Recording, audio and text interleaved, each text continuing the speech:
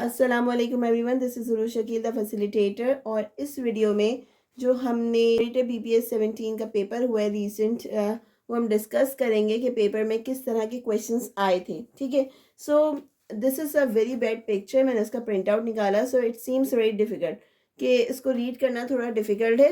I share the videos at the end of the video, तो आप उसके अंदर गो थ्रू कर सकते हैं कि कौन कौन से क्वेश्चंस आए थे। दो आई am gonna read this question for you.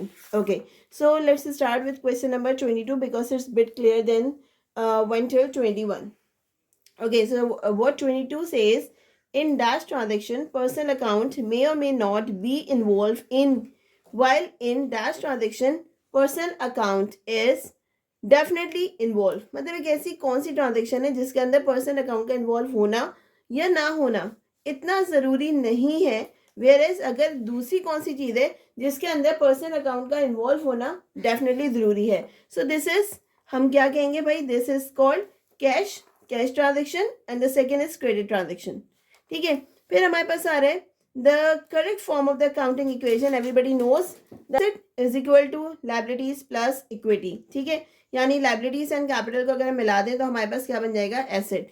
फिर हमारे पास आ रहा है any amount to be written off after the admission of the partner is transfer to the capital account of all partner in dash. मतलब अगर कोई और न्यू पार्टनर आता है तो उसका जो एडमिशन हो रहा है, मतलब कंपनी में हो रहा है, रजिस्टर्ड हो रहा है, तो वो किस अकाउंट में रैकेट किया जाएगा, तो भाई वो हमारे पास होगा ओल्ड प्रॉफिट शेयरिंग रेशियो के अकॉर्डिंग उसे एंटर किया जाएगा। अच्छा, जितने भी पार्टनर्स हैं उनमें क्या होगा, ये क्रेडिट होगा ऑन प्रॉफिट शेयरिंग रेशियो से। फिर आएगा return on investment ratio is, return on investment ratio is, we have the multiple options कि हम किस बारे में बात कर रहे हैं कि रिटर्न किस पे आ रहा है। वेयर अगर हम इसकी बात करें तो gross profit about net sales आएगा।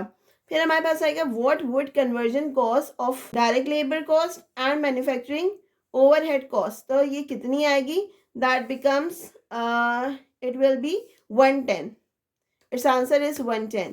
फिर हमारे पास आएगा opening written down of the machine is 3,75,000, cost of the machine is 50,000, जबकि एक रिटन डाउन वैल्यू है उसकी वो कितनी है, 3,75,000, जबकि उसकी मशीन की कॉस्ट कितनी थी, 50,000, डेप्रिसिएशन उसकी हुई है 11,500। तो भाई इसका टोटल आंसर क्या आएगा, इसका टोटल आंसर आएगा 4,13,500। ठीक है, फिर आएगा a systematic way to maintain the books of account is, हमने पहले ही पढ़ा है कि सिस्टमेटिक वे को हम क्या कहते हैं, बुक कीपिंग कहते हैं। फिर आता है euro is a currency of the European union, when did it came into being, ये यूरोपियन यूनियन की करेंसी है और ये कब मतलब इसको कब हमने स्टार्ट किया, तो it was being started on 1999। अच्छा, ये देखिए अब यहाँ तक हमारे पास अकाउंट से क्वेश्चन है 22 से लेके 24, ये हमारे पास 24th जो 25th आया है, वी कैन से ये हमारे पास जनरल नॉलेज का क्वेश्चन है। फिर है the audit of a public limited company is, मतलब पब्लिक लिमिटेड कंपनी को कब ऑडिट करना चाहिए, तो भाई नेसेसरी ऑन ईयरली बेसिस, ये ज़रूरी है कि वो ईयरली बेसिस पे अपना ऑडिट करवाए। फिर है the total demand for goods and services in an economy is known as, क्या कहते हैं उसे, एग्रीगेट डिमांड कहते हैं। ठीक है, मतलब total demand of A goods and services जो हमारी इकोनॉमी के अंदर रन हो रहे हैं उसे हम कौन सी डिमांड कहेंगे, हम उसे कहेंगे एग्रीगेट डिमांड यानी कलेक्टिव डिमांड।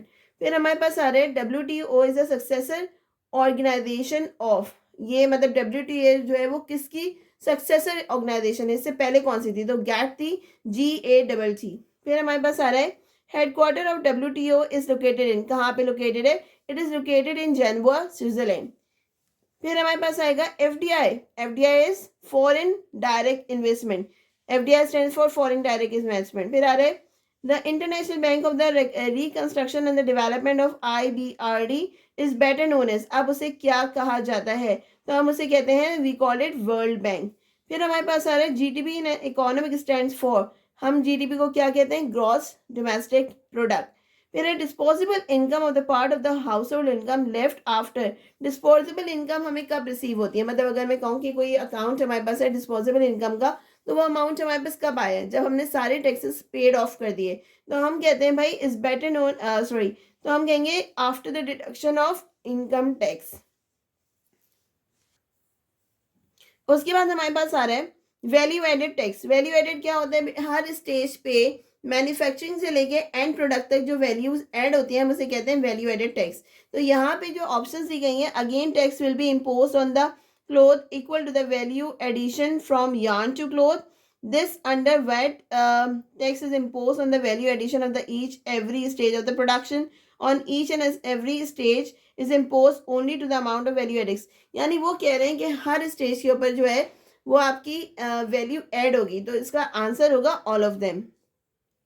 फिर which of the following term describe the set of the values, belief, rules, cultures, institutions held by the specific group of people. यानी जो कलेक्टिव ग्रुप के लोग होते हैं और वो उनकी नॉर्म्स होते हैं, उनकी कल्चर्स होते हैं. अगर मैं सिंध ले लूँ, बलूचिस्तान ले लूँ, तो उनके डिफरेंट कल्चर्स हैं, डिफरेंट नॉर्म्स हैं, डिफरेंट लैंग्वेज है. तो वो हम क्या कहलाते हैं? They are called culture. ठीक है, दे आर देयर कल्चर. तो यहाँ पे हमारे पास आएगा culture and it is not part of accounting. फिर which of the following is not obtain function bank of Pakistan. ये स्टेट बैंक ऑफ पाकिस्तान का फंक्शन नहीं है.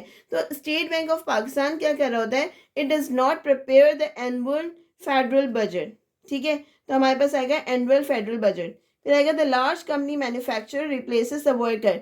एक लार्ज कंपनी मैन्युफैक्चरर है जिसने वर्कर्स को रिप्लेस करके टेक्नोलॉजी को लगा दिया है ताकि उसके जो वर्कर्स के पैसे हैं वो भी बचे, काम भी तेजी से हो, परफेक्शन के साथ हो. तो इस प्रोसेस को क्या कहते हैं? तो इस प्रोसेस को हम कहते हैं automation. The trade between two countries good useful if the cost ratio of the good are क्या होना चाहिए? It will be different. ठीक है, ये डिफरेंट होना चाहिए ताकि क्या हो कि हमारे पास क्या हो, अगर इक्वल होगा तो कोई फायदा नहीं है, डिफरेंट होगा तो उससे फायदा होगा. फिर हमारे पास आ रहा है if the cash from the operating activities constantly greater than the company net income. तो क्या होगा अगर ऐसा हो रहा है कि जो आपकी ऑपरेटिंग एक्टिविटीज है कॉन्स्टेंटली क्या है, इंक्रीजिंग है. ठीक है, ज़्यादा है. तो हमारे पास जो नेट इनकम आएगी वो कंपनी की वो कैसी आएगी? वो हमारे पास आएगी हाई. फिर आएगा the 3 types of the flows of the supply chain management. Supply chain management में हमारे पास आता है material flow, information flow and the money flow. ठीक है, ये 3 फ्लोज हमारे पास किस में होते हैं? सप्लाई चेन में होते हैं. फिर आता है CPI. CPI stand for consumer price index. ठीक है, फिर हमारे पास आ रहे हैं all bids are open. All bids are open कैसे? All bids are open at publicly open होती हैं. फिर है FIFO inventory management stands for. FIFO क्या स्टैंड करता है? First in first out. ठीक है, एसेट हैविंग फिजिकल एग्जिस्टेंस होने क्या कहते हैं? टेंजिबल एसेट्स कहते हैं. Random sampling. रैंडम सैम्पलिंग अगर हम कर रहे हैं तो हम उसे क्या कहते हैं? प्रोबेबिलिटी. प्रोबेबिलिटी क्या होती है? रैंडम चीज होती है ना, we don't know what the answer could be. ठीक है, हम सिर्फ उसकी प्रोबेबिलिटी निकाल रहे होते हैं. अब बिड मीन्स, बिड का मतलब क्या होता है? ऑफर देना. So bid means offer. Okay, so now we will go with this one. This is very blur, so मैं आपको ऐसे ही बता. इसमें एक क्वेश्चन था, she learns to drive in 3 weeks. ठीक है, वो 3 हफ्तों में सीख जाएगी. फिर है may I know what is your name. ठीक है, तो यहाँ पे से गलती निकालनी थी, तो क्या होगा? What is your name. May I know your name. तो यहाँ पे व्हाट इज जो है वो गलत है. फिर हमारे पास आएगा somebody likes to have more tea dash. some more tea, यहाँ पे some आएगा. फिर हमारे पास आ रहा है raw fruit is. raw fruits क्या होते हैं? now we could have 2 possible answer. let's see the right answer is potable is basically drinkable, suitable, फिर आएगा यूजेबल एंड ईडेबल. तो यहाँ पे बहुत ही क्लोज डिस्ट्रैक्टर्स हैं. लेट्स सी कि इसका प्रॉपर आंसर क्या होगा. तो we will wait for it. फिर हमारे पास आ रहा है something somebody peeped dash the window. किसी ने देखा. तो किसने देखा? peep through the window, किसी ने देखा है. then the next one is you have my dash rest assured. you have my words rest assured.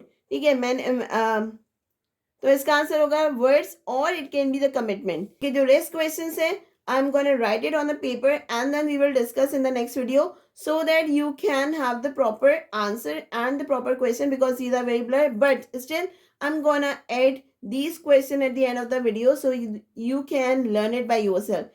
Okay, so I'm gonna meet you in the next video with the same questions. जो हमारे रह गए उनसे questions को हम discuss करेंगे. We will see the answer and you can evaluate your marks. I know the result hasn't been announced but it will be announced soon. तो देखते हैं कि इंशाल्लाह कि कौन क्लियर करता है और कौन क्लियर नहीं करता, अगर क्लियर नहीं भी करते, so we have the better opportunities, we can sit in assistant director, ठीक है, that is quite similar, or SST exam, those who are sitting, those who will be appearing, so they can stay in touch, and we will be preparing for that too. Okay, so anything else you want from me, so do write me in the comment and I can help you out to prepare that point. Thank you so much. Allah Hafiz.